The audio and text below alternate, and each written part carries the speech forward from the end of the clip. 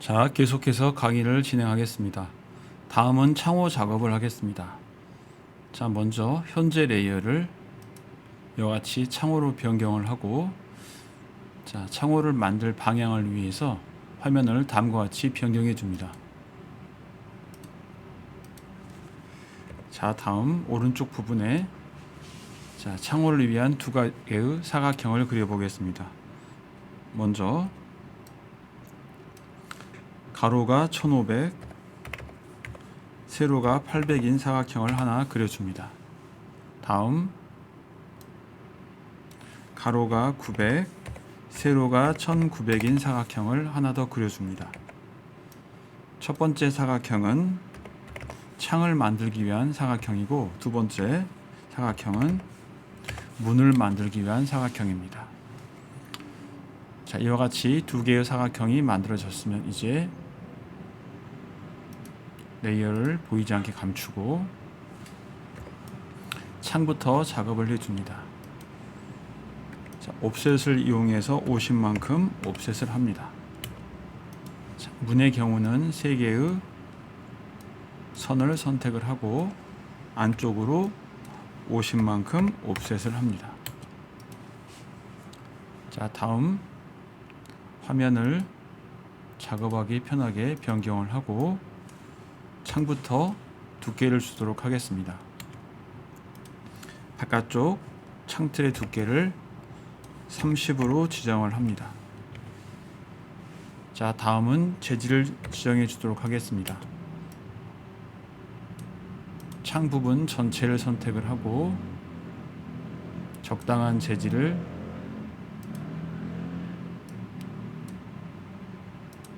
적용을 한 다음 유리 부분을 다시 한번 더블 클릭으로 선택을 하고 해당되는 유리 재질을 앞부분과 뒷부분에 각각 적용을 합니다. 자, 이렇게 해서 창이 완성이 되면 선택을 하고 컴포넌트로 만들어 주겠습니다. 자, 이 컴포넌트는 구성 요소라고 하는데, 만드는 이유는 등록을 해서 저장한 다음 다른 작업 시 불러와서 작업할 수 있도록 하기 위해서입니다. 자,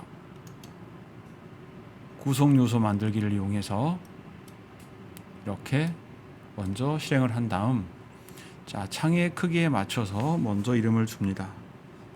구성 요소 이름은 W1500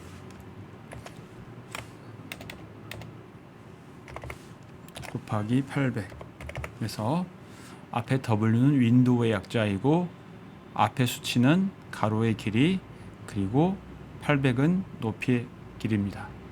다음 연결 대상은 면의 방향에 맞춰서 창을 결합시키기 위해서 모듈을 지정을 하고, 자, 구성 요소 축 설정을 이용해서 다음과 같이 원점, X축, Y축 방향을 지정해 줍니다. 다음 개방부 잘라내기를 체크하고 만들기를 눌러주면 다음과 같은 형태가 컴포넌트에 이렇게 등록된 걸 확인할 수 있습니다. 자, 등록된 부분은 나중에 불러올 수 있기 때문에 선택해서 삭제를 하고 이번엔 문으로 한번 만들어 보겠습니다. 자, 바깥쪽 부분을 그룹으로 만들고 다시 안쪽 부분도 그룹으로 만들어 줍니다. 자, 바깥쪽의 문틀 부분은 두께를 100, 다음 안쪽 문 부분은 두께를 80으로 지정을 합니다. 자, 다음 창틀처럼 유사한 방법으로 재질을 적용을 하고 다음은 컴포넌트를 만들기 전에 손잡이를 붙여보도록 하겠습니다. 3D 웨어하우스를 이용해서 자, 검색을 통해서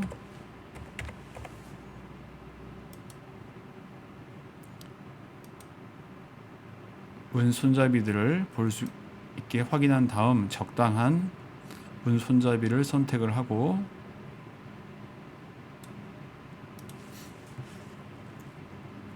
불러오면 됩니다. 자, 여기에서는 레버 도어 핸들이라는 손잡이를 불러와서 적용하도록 하겠습니다. 자, 일단 적당한 위치에 이와 같이 갖다 놓은 다음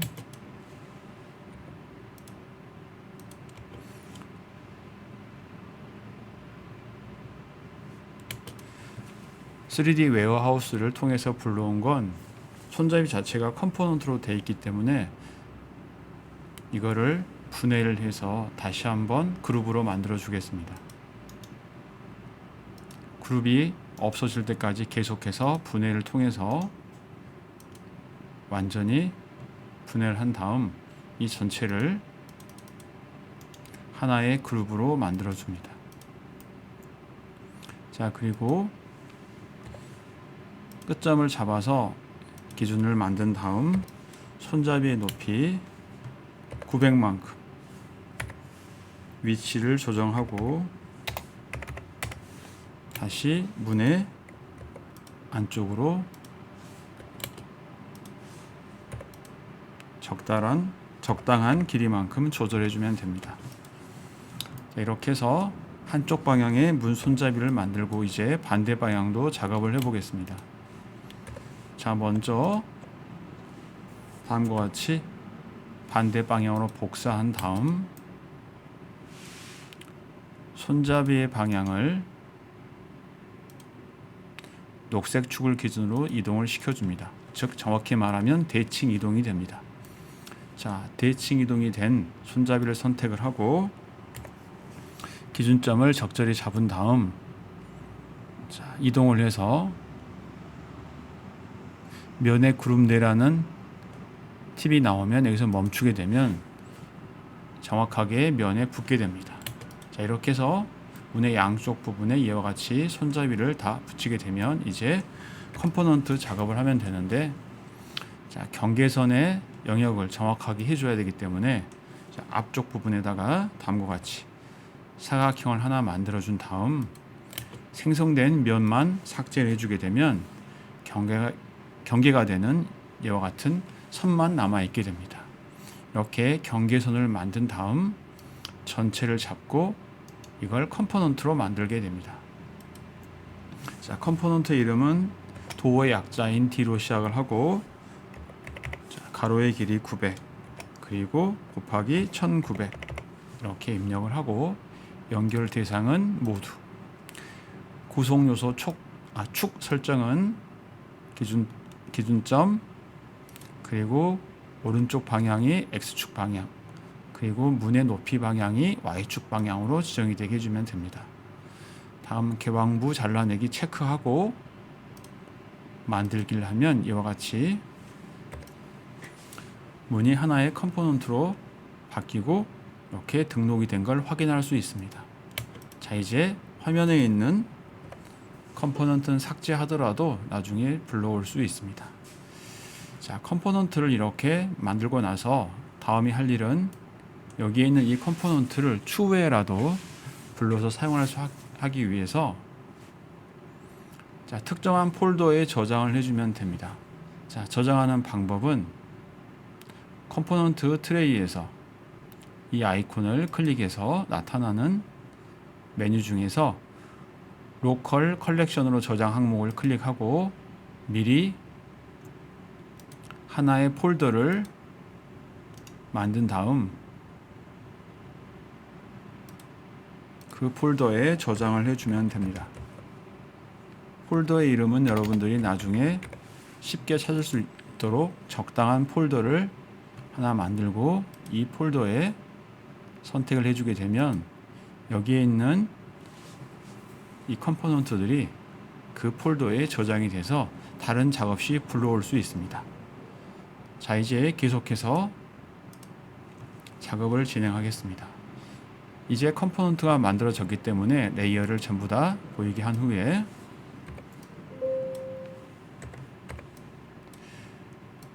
자, 벽체 부분에 창호가 들어갈 위치를 가이드라인을 이용해서 미리 설정을 하겠습니다. 자, 현재 커튼홀은 필요 없기 때문에 커튼홀은 보이지 않게 하고, 현재 레이어가 창호인 상태에서 다음과 같이 가이드라인을 이용해서 영역을 설정합니다. 자, 먼저 벽체의 가장자리부터 900, 아니 600, 다음 900, 이렇게 해서 문의 폭을 먼저 결정한 다음 이제 다시 1000, 다음 1500, 이렇게 해서 이 1000의 간격은 문과 창이 떨어져 있을 간격이고, 다음 1500은 창호의 가로의 길이입니다. 자, 다음 이제 아래에서 위로 100, 다시 1900, 이렇게 해서 문이 위치하게 될 영역을 설정한 다음 이제 창이 위치할 위치를 설정하겠습니다. 아래에서 1000, 그리고 위로 800, 이렇게 해서 두 곳의 영역이 확보가 되면 컴포넌트 트레이에서 불러서 위치를 맞춰주면 됩니다.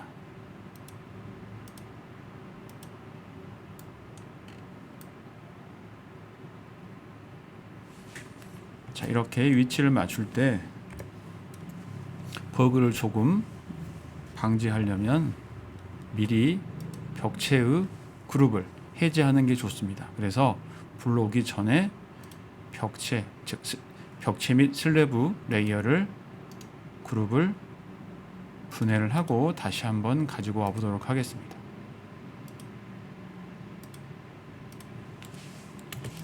자, 이렇게 하면 문이 들어오면서 조금 전에 우리가 체크한 옵션에 의해서 이 부분이 이렇게 잘라지고, 즉 문이 들어온 위치에 있는 면이 이와 같이 잘라지게 됩니다. 다시 한번 창의 경우도 동일한 방법으로 한번 위치를 설정해 보면 이와 같이 창과 만나는 부분의 면이 잘라지고 창이 위치하는 걸 확인할 수 있습니다. 자, 이제 불필요한 가이드라인은 삭제를 하고 이 창을 개수만큼 복사하도록 하겠습니다. 자, 먼저 2500만큼 떨어진 곳에 하나를 복사한 다음 곱하기 1을 입력해서 다음과 같이 두 개를 복사합니다. 자, 이렇게 하면 면이 직접 창호와 만나는 부분은 자동으로 이렇게 커팅이 되지만 뒤쪽에 있는 벽체는 아직은 잘라지지 않습니다. 자, 이렇게 해서 위치는 확보했지만 뒤쪽에 있는 벽체까지 자르기 위해서는 우리가 설치한 루비 중에서 두 번째 루비인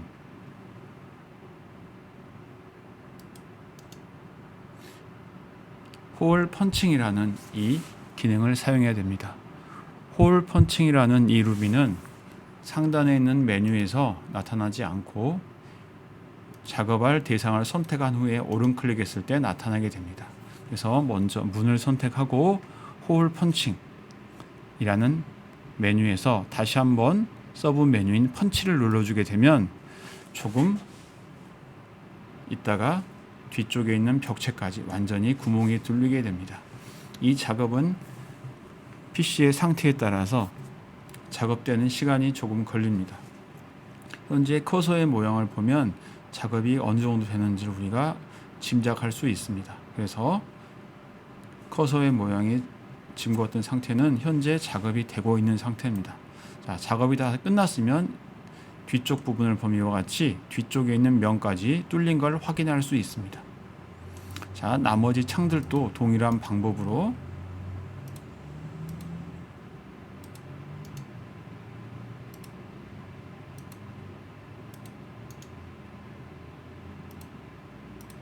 이렇게 해서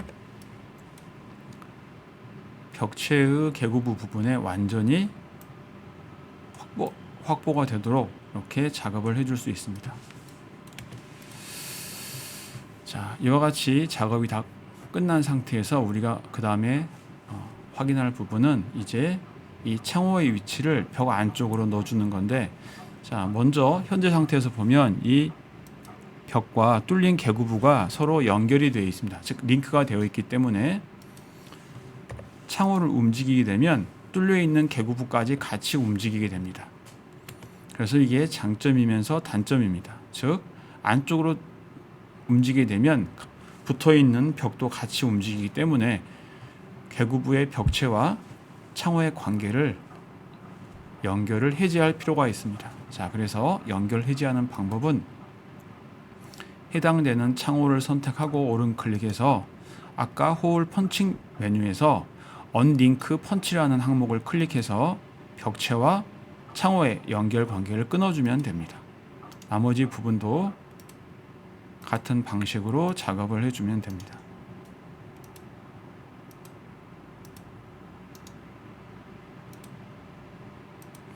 자, 이렇게 해주면 창호와 벽체의 링크 관계가 끊어지기 때문에 창호를 안쪽으로 집어넣더라도 여기에 있는 벽체는 이동하지 않고 그대로 유지되는 걸 확인할 수 있습니다. 자, 그래서 먼저 여기에 있는 문부터 안쪽으로 집어넣어 주는데, 우리가 이제 언링크를 하게 되면 한 가지 약간의 버그가 있는데, 그 버그는 이와 같이 빨간 축, 즉 X축이나 Y축의 경우는 고정이 되지만 녹색 축, 즉 Y축은 고정이 안 되는 현상이 있습니다. 자, 이런 경우는 다른 작업을 했다가 다시 돌아오게 되면 축의 고정이 원활하게 이루어집니다. 그래서 가장 간단한 작업인 뒤쪽에 있는 전체 슬래브를 선택해서 벽체 및 슬래브를 선택해서 자, 그룹을 한번 만든 다음 다시 한번 그룹을 해제합니다. 자, 다시 한번 이제 벽체를 안으로 한번 넣어 보도록 하겠습니다. 자, Z축 아니 녹색 축, 즉 Y축으로 고정되는 걸 확인할 수 있고, 문의 경우는 100, 그리고 창의 경우는 각각 내부로 135만큼씩 이동을 해주면 됩니다.